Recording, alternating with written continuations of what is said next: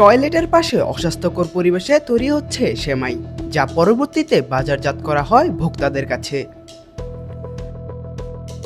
নারায়ণগঞ্জে অনুমোদনহীন, অস্বাস্থ্যকর পরিবেশে ও বিভিন্ন নামে প্যাকেটজাত সেমাই উৎপাদনের অভিযোগে র্যাব, জেলা প্রশাসন ও নিরাপদ খাদ্য অধিদপ্তর যৌথ অভিযান পরিচালনা করা হয়।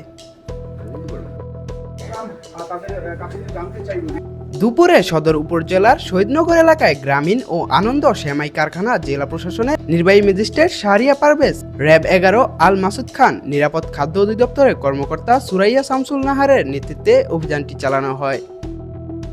গ্রামীণ সেমাই কারখানা প্রতিষ্ঠানটি বিএসটিআই এর সিল ব্যবহার করলেও কোনো বৈধ অনুমোদনের কাগজপত্র দেখাতে পারেনি। একই সঙ্গে অস্বাস্থ্যকর পরিবেশে সেমাই উৎপাদনের প্রমাণ পাওয়া যায়, ফলে 1 লাখ টাকা জরিমানা ও উৎপাদনকৃত সেমাই জব্দ করা হয়। ছিল ওয়াশরুমের পাশে তারা যে খাবার উৎপাদন করে সেটা রাখছে। তাছাড়া তারা বলছে যে বাটার দিয়ে তারা যে সেমাই ভাজে, কিন্তু আমরা সরেজমিন তদন্ত করে দেখতে পারছি যে সেটা তারা ডালটা ইউজ করছে। আমরা গোপন সূত্রে খবর পাই যে শহীদনগর এলাকায়, নারায়ণগঞ্জের শহীদনগর এলাকায় এখানে অবৈধভাবে এবং অপরিচ্ছন্ন পরিবেশে সেমাই তৈরি হচ্ছে।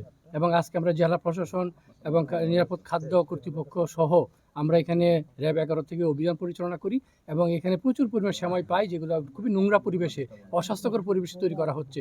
এবং এখানে আরও অন্যান্য প্রোডাক্ট তৈরি করা হচ্ছে যেগুলো কোনো লাইসেন্স ছিল না।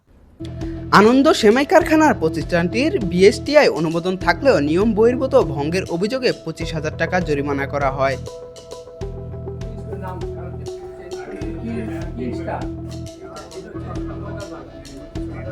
Miraj Hossain, news insight.